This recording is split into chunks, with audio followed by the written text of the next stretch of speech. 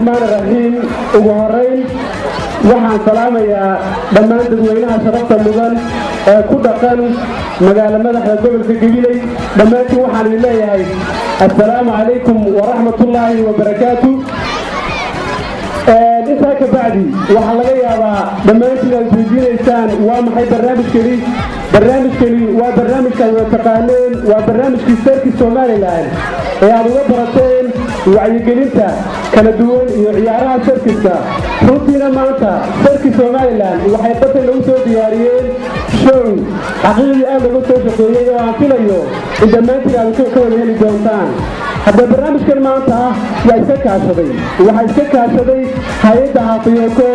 iyo hay'ad maxalligeedu yahay dalka magaalada Nairobi oo loo yaqaano Rotary Club fariinta maanta aan gudbinaynaa waxa weeyaan